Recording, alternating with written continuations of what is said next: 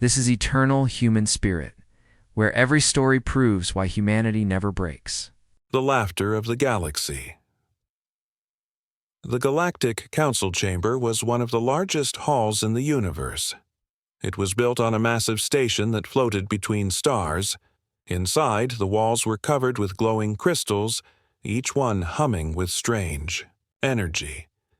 The air smelled of metal and ozone, and the ceiling was so high that it seemed to touch the void of space itself. Here, the most powerful alien civilizations gathered to make decisions about the galaxy.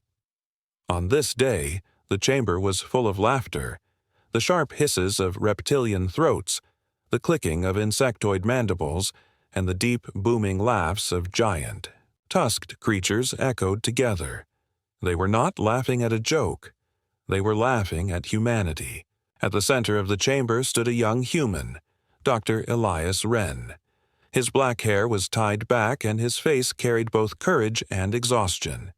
He held a small sphere in his hand, a projection device. His heart beat fast, but his voice was steady. As he spoke, "Honored members of the Council, humanity has a dream. We want to take barren worlds, empty and lifeless, and make them bloom. We want to bring life where there is none. We call this dream Project Dawn." The projection sphere lit up, showing barren planets, gray rocks drifting in silence. Then, slowly, forests grew across their surfaces, oceans spread across the stone, skies turned blue. It was a vision of life where there had only been dust and emptiness. The aliens burst out laughing again. A serpent-like creature uncoiled from its seat and hissed, "Humans, your lives are too short. You barely live 100 years. How can you hope to shape stars or planets?" A massive beast with tusks stomped its foot, shaking the chamber. "You dream too big. Your bones are fragile. Your world is small. Even your sun will burn out before your kind learns the secrets of the stars." Another alien, covered in glowing scales, sneered, "Dreams are for children, not for civilizations. Do you think the galaxy will wait for your foolish games?" Elias stood still. The laughter pressed on him like a storm, but his eyes did. Not lower, his voice grew stronger. "Dreams are what carried us across our oceans. Dreams are what took us to our moon. Dreams are what gave us fire, flight, and future. You may laugh at us, but dreams are seeds, and seeds grow."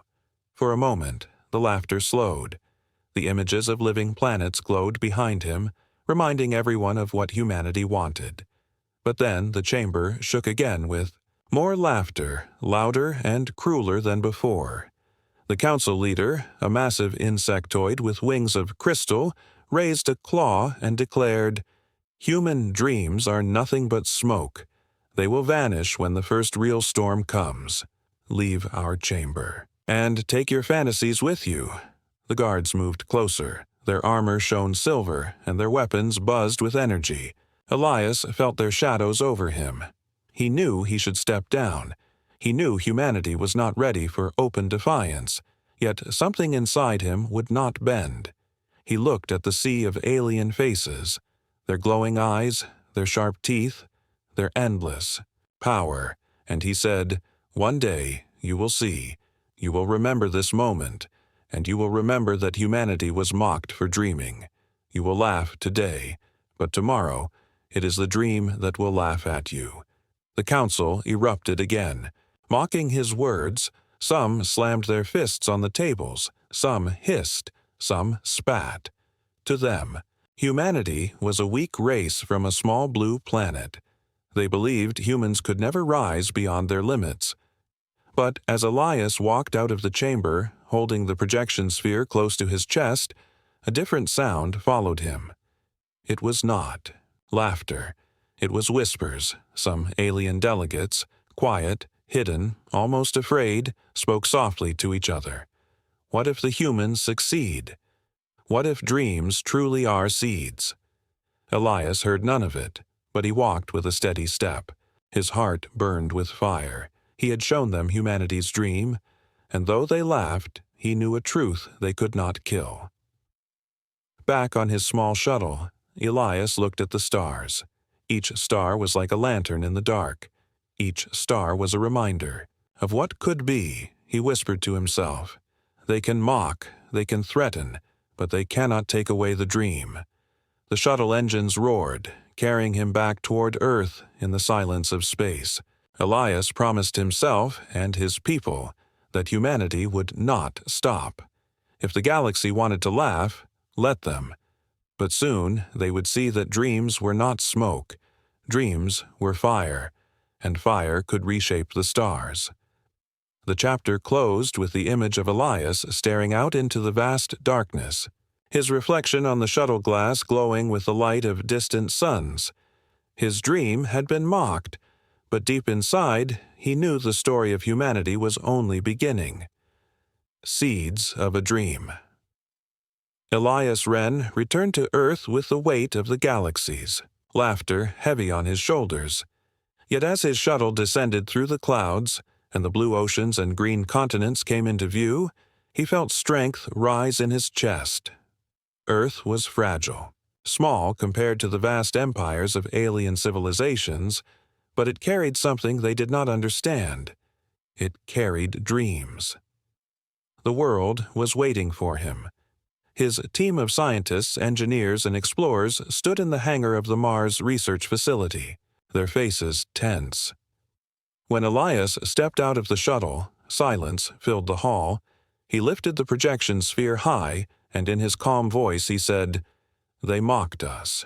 They do not believe in us, but we will prove them wrong. Our dream is alive, and it begins here." The silence broke into thunderous applause. The dream had not died in the council's chamber. It had only been born. The project was given the name Project Dawn. It was no longer just a plan or an idea. It became a promise, a movement that spread like fire through the human colonies. Across the settlements of Mars, on the stations circling Jupiter, even on the mining bases of Saturn's rings, people whispered the words, Project Dawn.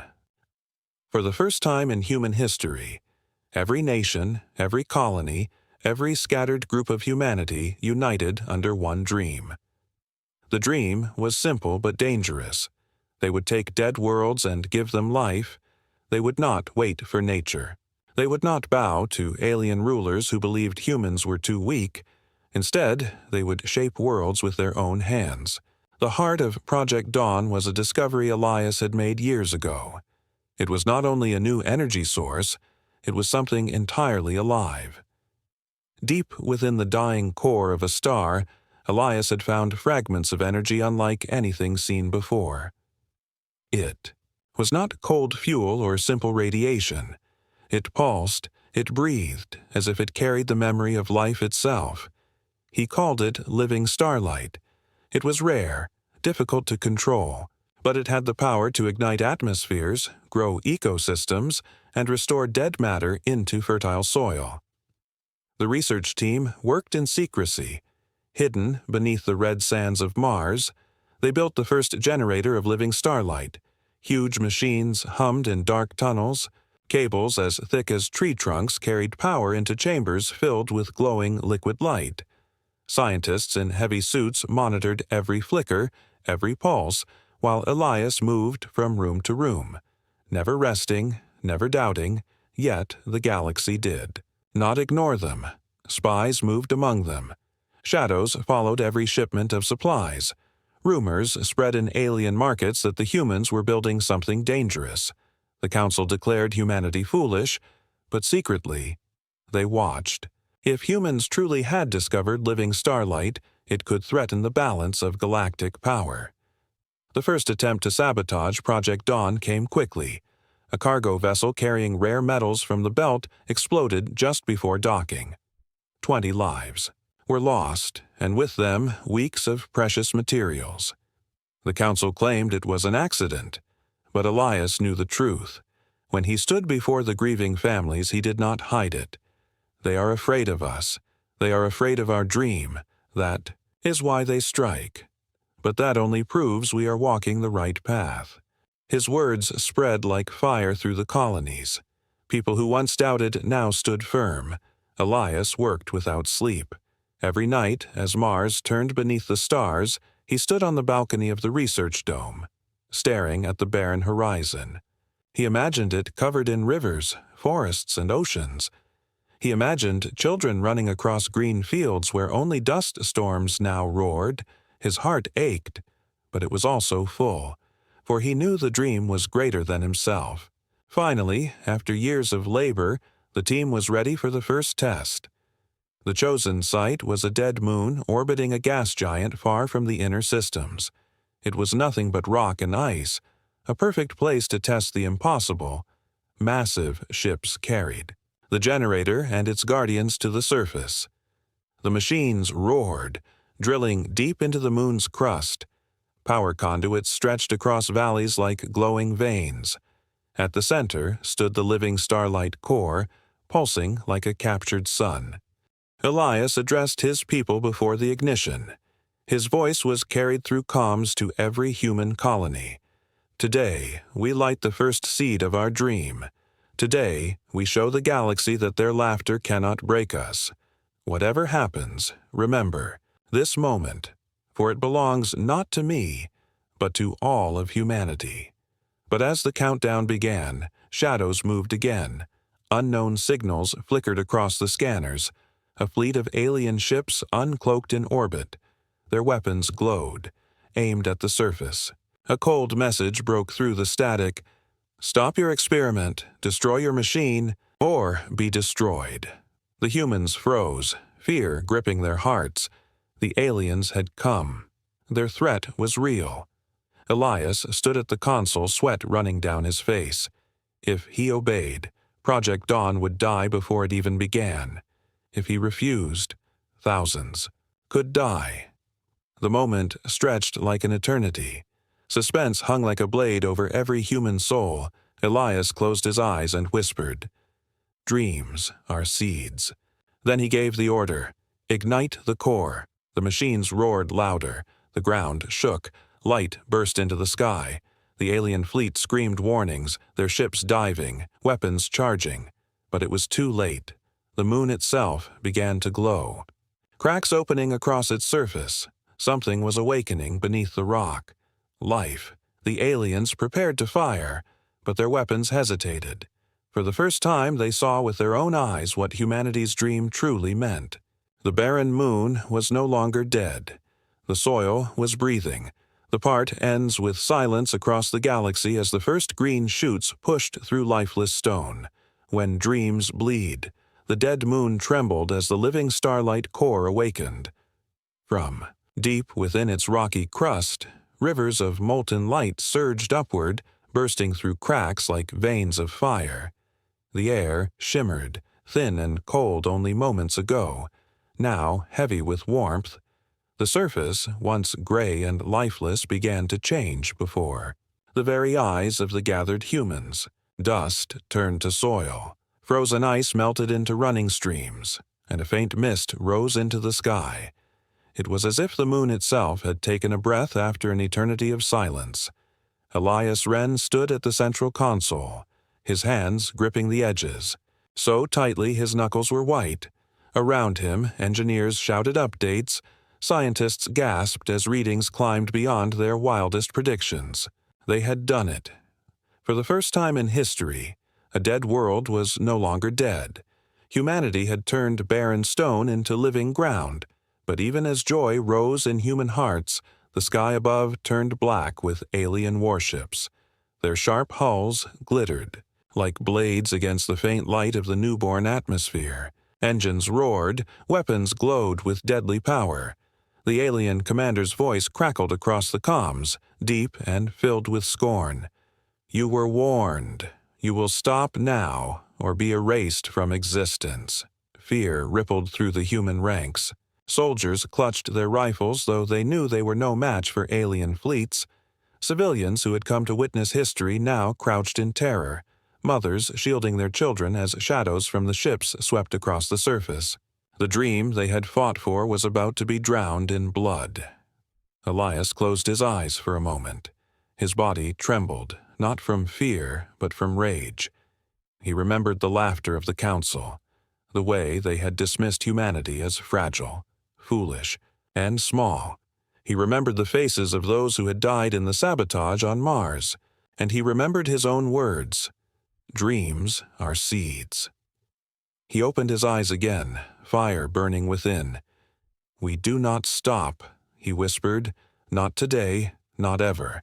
The alien fleet descended, plasma cannons charged. The humans barely had seconds, yet the generator roared louder. Living starlight surged, pouring across the land like a tide of brilliance.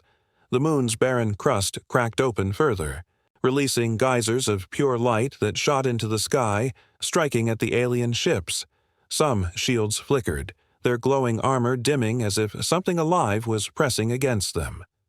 The first blast came from above. A plasma beam tore through the human base, sending fire and debris into the air. Screams filled the comms. Soldiers rushed into the flames to drag survivors out. Engineers worked frantically to shield the generator, knowing that if it fell, everything would end. The moon itself shook under the bombardment, yet the core continued to pulse. Stronger with every strike, Elias climbed onto the platform above the console. His voice boomed across every human communicator. "Do not fear. Every drop of blood we shed here is not wasted. It is water for the seed of our dream. Stand, hold, and let them see that humanity does not break." His words carried fire into weary hearts. The soldiers who thought they could not fight stood taller. The engineers who thought they could not continue worked faster. The civilians, instead of hiding, began to sing the anthem of Earth across the comms. Their voices shook, but together they became strong. The battle turned into chaos. Alien ships rained fire, human defenses crumbled, men and women died screaming. Yet through the firestorm, the generator did not stop. The moon's surface bloomed, with strange green fields, alien grasses growing where bodies fell. Blood spilled onto the soil, and the soil drank it, feeding the new life that rose. It was a terrible beauty. Life and death woven together, at the height of the slaughter, something impossible happened. The first tree grew, tall and glowing with leaves of silver light. It rose from the cracked surface where moments ago nothing but ash lay. Its roots spread fast, gripping the rock with strength beyond reason. Its branches stretched toward the black sky, shimmering against the fire of alien cannons. The humans fell silent for a moment, their fear broken by awe.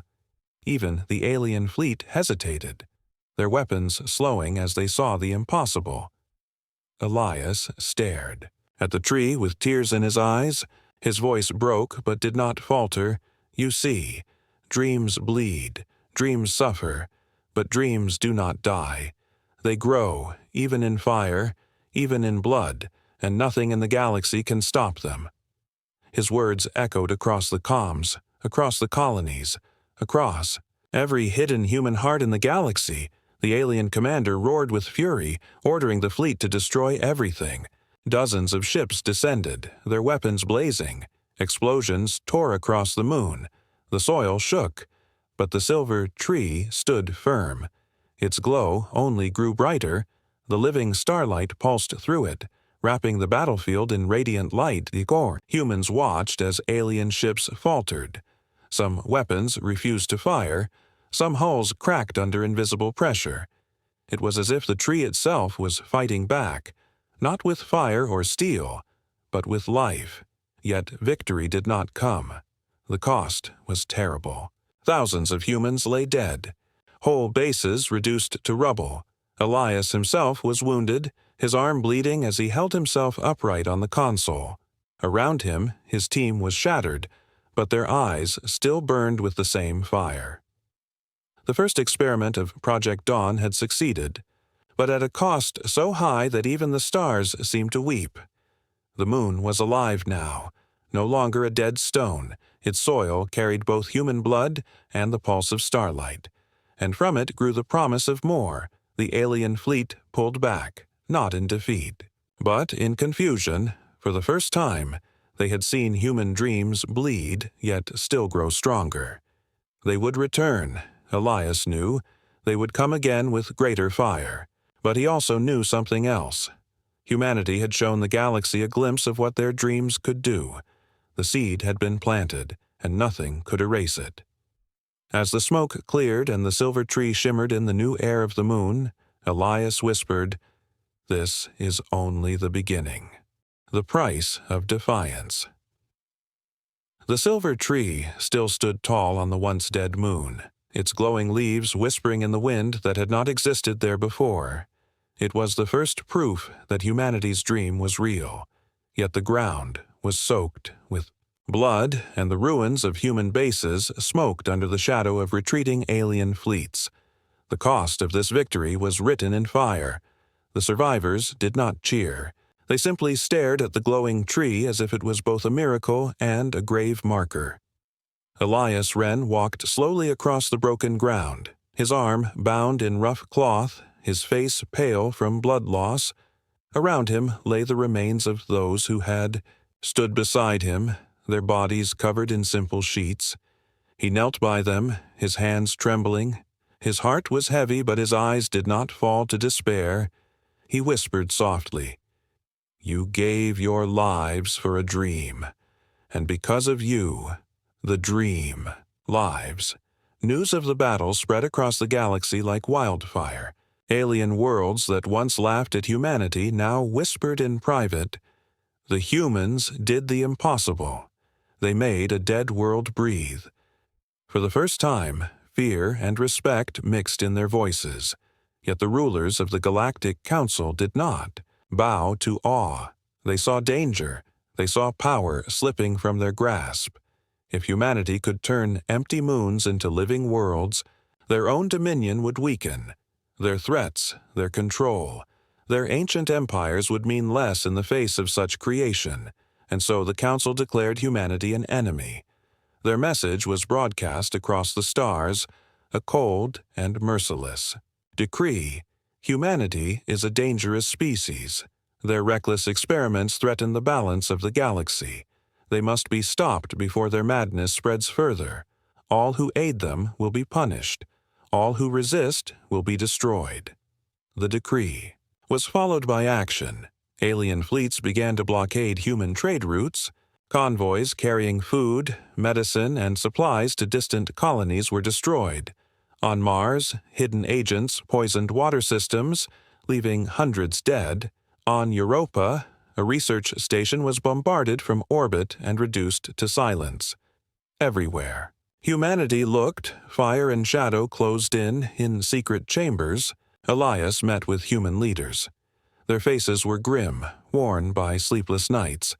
One of them, General Vela, slammed her fist against the table. "They mean to choke us until we surrender. They will burn our colonies one by one. Humanity cannot face the entire galaxy in open war." Another leader, Governor Harlow of Earth, shook his head. "Perhaps we should abandon Project Dawn. If we give them what they want, maybe they will leave us in peace." Elias rose slowly, his voice calm, but unshakable. "If we abandon the dream, then every life lost was for nothing. If we bow now, we will crawl forever. Do you not see? They fear us because we are small, because we should not be able to do this. They fear us because we dream. That is why we cannot stop. Not now, not ever." His words carried fire, and though fear remained in their hearts, the leaders bowed their heads in agreement. Humanity braced itself for survival. Fleets were built in secret. Colonies dug deeper into the ground. Children were trained in defense. But more than weapons, more than armor, it was belief that spread. Across the colonies, survivors whispered, "Dreams cannot die." The phrase became a prayer, a battle cry, a light in the dark. The Council struck harder. On Titan, they sent assassins cloaked in shadows to kill Elias himself. One night, as he walked through the corridors of the Mars facility, a figure leapt from the darkness, a blade glowing. In its claws, Elias fought with nothing but a steel rod, bleeding from a cut across his chest. He survived only because a young engineer threw herself between him and the killer. Dying in his place, Elias held her as she breathed her last, her final words weak but clear, "Do not stop the dream." The price of defiance grew heavier with every day. Children orphaned, homes destroyed, families scattered. Yet through the pain, through the loss, the dream grew sharper. The silver tree on the moon continued to grow, its roots spreading deep, its branches reaching high. It became a symbol, a beacon that could not be hidden. Even alien citizens, under the rule of the Council, began to whisper about it. They asked their leaders, "If the humans can give life, why do we only bring death?" The Council grew desperate. They declared Project Dawn a plague. They claimed humanity's starlight would corrupt worlds, turning them into poison. But their lies spread thin, for witnesses had seen the silver tree, had touched its glowing leaves, and felt nothing but warmth. Life itself could not be disguised. One night, Elias stood alone on the balcony of the Mars dome. The sky above shimmered with red storms. He whispered into the silence, "They burn our homes, they kill our children. They strike us with fear, but they cannot kill the seed. The dream has already taken root, not just in our soil, but in our hearts. It will grow, no matter how much blood they spill." His reflection on the glass burned with the light of the stars. The galaxy was changing, but the change came with fire. Humanity had chosen to defy, and the price of that defiance was carved into every grave, every burned settlement, every scar left on their flesh. Yet, with every wound, the dream grew stronger. As Elias looked into the void, he knew the war ahead would be worse than anything humanity had ever faced. But he also knew something else. The Council had made one fatal mistake by trying to crush humanity's dream. They had only proven its power. The part ends with alien fleets preparing for full war, their engines lighting the dark, while on Earth children drew silver trees on the walls of ruined homes.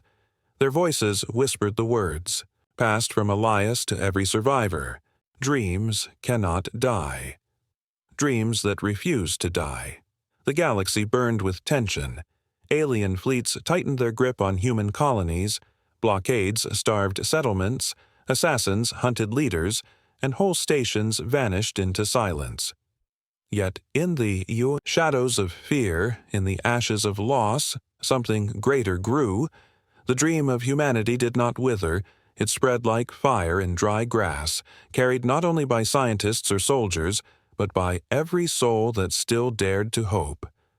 On Mars, Elias Wren walked through the underground labs of Project Dawn.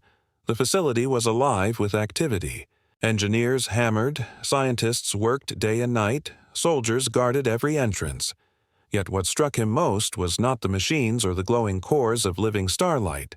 It was the people. Farmers stood beside physicists, miners worked shoulder to shoulder with doctors, children carried tools while their parents repaired damaged walls. The dream had escaped his hands. It no longer belonged to one man or one team. It belonged to humanity itself. Across the colonies, hidden bases continued to grow seeds of new worlds. On Ceres, a small asteroid base lit its first core, turning a fragment of rock into fertile soil. On Europa, despite constant sabotage, survivors used starlight to grow crops that fed not only their people but wandering refugees. On Earth, battered and under siege, children played in secret gardens powered by fragments of living starlight stolen from the labs. These small victories carried voices louder than any council broadcast. Dreams cannot die, but with each act of creation came more violence. The council unleashed greater fury. Entire human fleets were ambushed in the void, their wreckage left as warnings. On the colonies near Saturn, alien troops descended with burning weapons, demanding submission. Yet instead of surrender, civilians shouted defiance. They painted silver trees on the walls of their homes. They lit small lanterns. of starlight in their windows. Even as they were dragged away, they whispered to their children, "Remember the dream." Elias watched this resistance with both pride and sorrow. His heart ached with every report of lost lives, but each report also carried something the council could not understand. The more they tried to destroy humanity, the more humanity. United, borders of old nations disappeared. Divisions of politics or wealth vanished. For the first time in history, humanity stood as one people, bound by one dream, one evening. Elias was summoned to the moon that had become the first success of Project Dawn. The silver tree had grown taller, its roots reaching deep, its branches shimmering like a beacon in the void. Around it, settlements had risen, survivors of battles, and wanderers from broken colonies built homes in its light. When Elias arrived, he saw something that nearly broke him. Children born in exile ran across green fields, laughing, chasing one another under the glowing branches. For them, this was normal. They had never known a lifeless world. They had only known a place where dreams became real. Elias whispered to himself, "This is why we fight." But even as he stood in awe, a messenger arrived, trembling. "The council knows. They are gathering their greatest fleet. They mean to crush this place. They want to cut the heart of the dream before it spreads further." Elias clenched his fists. The first world born of human dreams would soon be drowned in fire. The preparations were rushed. Defenses were raised, old ships patched and armed, weapons hidden beneath the soil. But everyone knew they were outmatched. The Council's armada numbered in the thousands. Humanity's fleet was barely a fraction. Yet no one fled. Families chose to stay. Soldiers swore oaths on the roots of the silver tree. Engineers sang as they worked. The people knew the truth. This was not just a battle for survival. It was a battle to prove that dreams, once alive, could not be killed. When the Council's fleet finally appeared in orbit, the sky turned black with metal. Their ships stretched from horizon to horizon, engines glowing like suns of death. A voice boomed across every human channel, cold and merciless. "You have defied us long enough. Surrender your leader, destroy your machines, and perhaps we will spare what remains of you. Resist, and you will burn." The silence that followed was heavy, broken only by the whisper of wind in the silver tree's leaves. Then Elias stood before his people, his voice steady. "They demand our surrender. They promise mercy. But we know their mercy is a lie. If we bow, our children will grow in chains. If we resist, we may bleed. We may die, but we will die free. And our dream will live as long as one of us still breathes." His words spread through the comms, echoing in every settlement, in every ship, in every hidden corner of humanity's fragile empire. The people answered not with fear, but with fire. They lit torches, they raised banners painted with silver trees, they shouted with voices so loud that even alien scanners recorded the sound. The council had demanded silence, but instead they were met with defiance that shook the air. Humanity was ready. The first shots were fired, alien cannons burned the skies, human ships rose to meet them. Engines screamed as fighters darted through impossible gaps. Soldiers fought not with superior weapons but with desperation. Engineers, on the ground, redirected power from starlight generators into crude energy shields. The silver tree glowed brighter, its leaves trembling as if alive. The battle raged. Ships fell like rain. The soil cracked with fire. Screams filled the comms. Yet the humans did not retreat. Every loss was met with another act of courage. When one ship fell, its survivors fought on the ground. When one shield broke, civilians carried more power cables to keep the defenses alive. The Council unleashed everything, but the humans answered with something stronger than fire. They answered with dreams. The fight lasted through endless hours. The sky burned. Red, the ground shook, but the settlement held. The Council had expected surrender. Instead, they met a will that refused to bend. By the time the sun rose over the glowing branches of the silver tree, the battlefield was littered with wreckage. Human ships burned beside alien hulks. Thousands lay dead, but the settlement still stood, and the silver tree still glowed. Elias, bloodied and exhausted, looked at his people and whispered, "We should be ashes. We should be nothing. Yet here we stand. Do you see? Dreams refuse to die. No matter how much they strike us, we rise again, stronger than before." His words carried across the survivors, across the comms, and into the galaxy. And somewhere, on distant alien worlds, ordinary citizens heard of this battle and asked themselves a dangerous question. If the humans, so small, so fragile, can hold against the might of the Council, what else might their dreams achieve? The dream becomes fire. The galaxy trembled as word of the battle spread. The Council had unleashed its fury on the first world born of Project Dawn, and still humanity had not been broken. The settlement still stood, the silver tree still glowed, and human voices still carried defiance into the stars. For the first time in ages, the Council felt something they had not known for centuries. Doubt, yet doubt did not stop them. It only fed their rage. They gathered the greatest armada the galaxy had ever seen, fleets from every loyal empire, ships that blotted out suns, weapons that could tear planets apart. The Council swore a single oath. Humanity would be erased. Their worlds turned to ash, their dreams forgotten forever. The galaxy would learn what happened to those who defied ancient powers. Elias Wren knew the storm was coming. He sat in the war chamber beneath Mars, surrounded by tired commanders and sleepless engineers. Holomaps glowed with red lights, each one marking an alien fleet moving toward Earth, toward Mars, toward every human colony. They had no fleet large enough to resist, no weapon strong enough to destroy so many ships. Yet Elias did not look defeated. His eyes burned with the same fire that had carried him from the Council chamber years ago. He stood and said, "We cannot fight them with strength, but we can fight them with what they do not understand, with what they fear most, our dream." The plan he revealed shook even his closest allies. Project Dawn was no longer just about single moons or scattered colonies. Elias had been working in secret on something greater, a vision so vast that even his most loyal scientists had thought it madness. He called it the Bloom. The idea was simple but terrifying.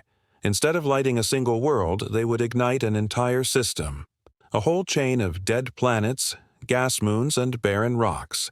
They would awaken them all at once, turning lifeless, stone into living worlds before the eyes of the galaxy. But to do this, they would need to create the largest living starlight core ever built, a generator so massive it could devour itself if even one mistake was made. The energy could reshape the system or rip it apart into burning fragments. It was more than science. It was a gamble with destiny. The place chosen was on the edge of human space, a dying system with a fading sun, no colonies, no trade, nothing but rocks and silence. It was perfect, for no one would expect humanity to strike from emptiness. Hidden fleets carried fragments of starlight piece by piece, guarded with blood and sacrifice, until the machine began to take form.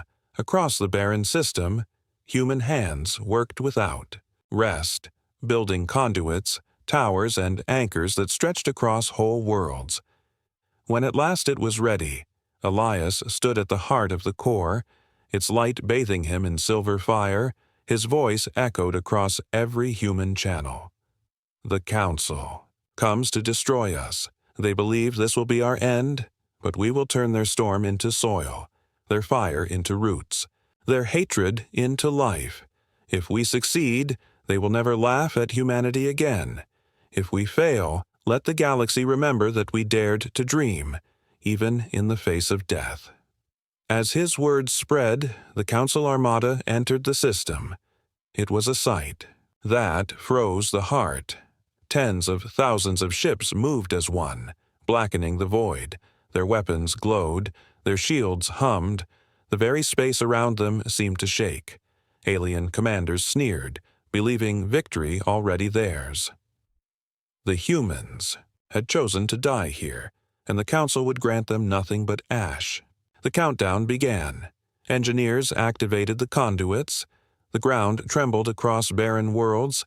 Silver light flowed like rivers, connecting moons to planets, planets to asteroids, all of it feeding into the massive core. Its pulse grew louder. Like the heartbeat of a new star, soldiers prepared for the end. Some prayed, some sang, some simply stood in silence. Waiting for fire to fall, the Council ships moved closer, broadcasting their final warning. Stop now, and we may spare your homeworld continue, and Earth will be burned to dust.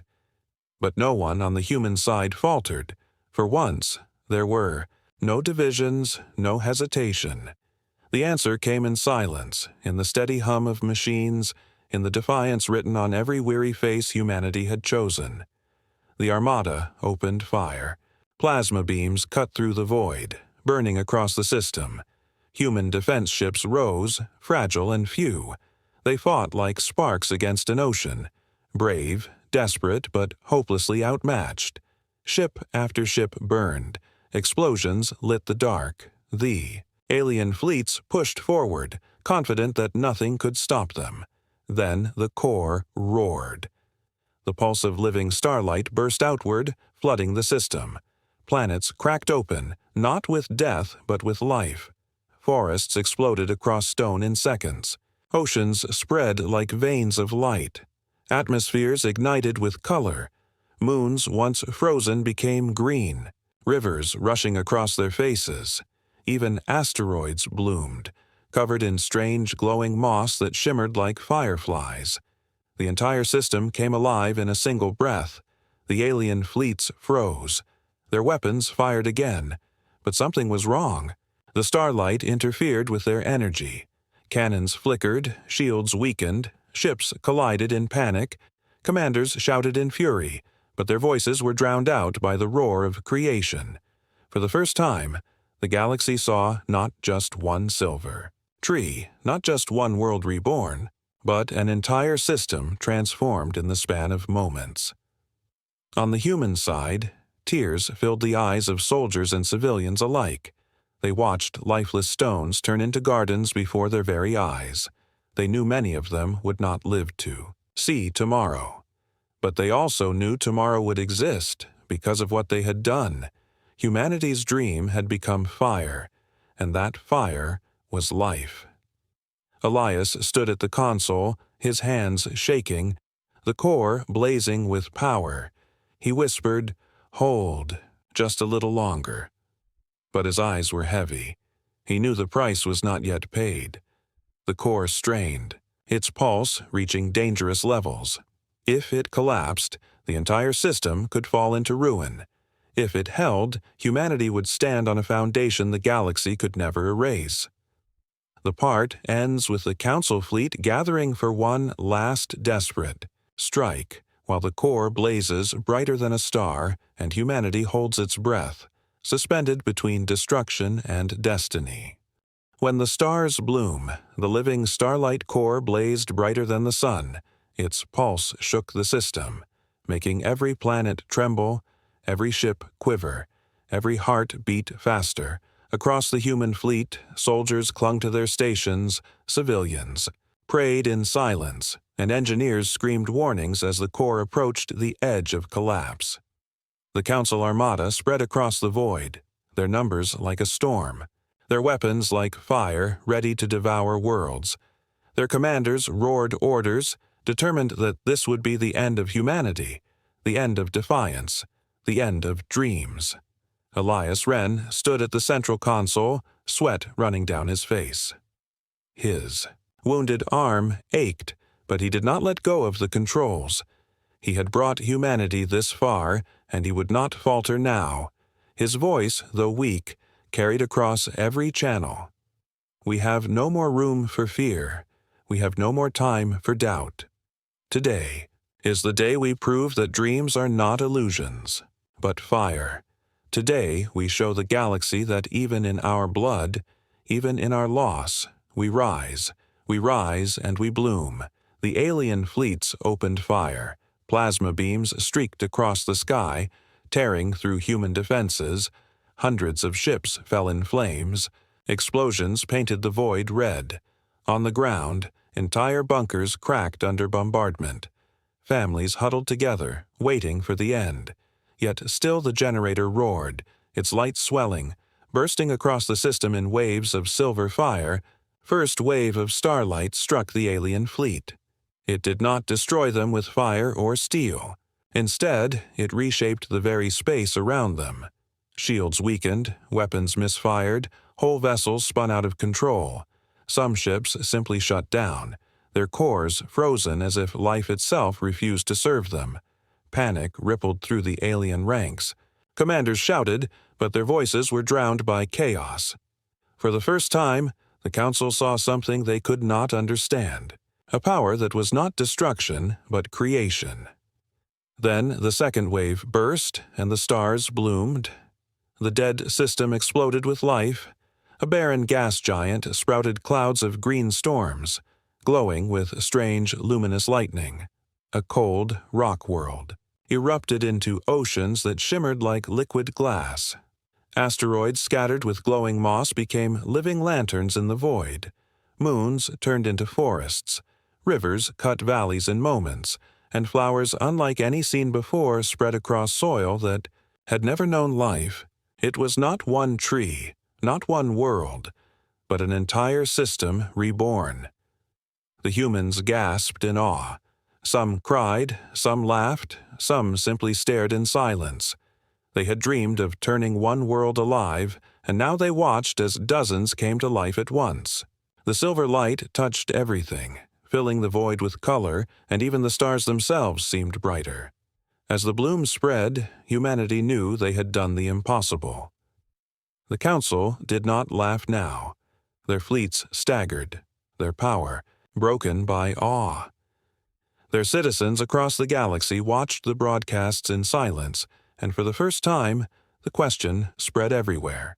If humans can turn death into life, if they can bloom stars, what right do our rulers have to call them weak? The alien armada tried one final desperate strike. A massive flagship, larger than any city, charged its planet-killer weapon. Its energy core glowed red, aiming at the heart of the new worlds. If it fired, the dream might yet collapse. Elias saw the readings, his chest tight with dread. The generator was still unstable. One mistake could tear the system apart.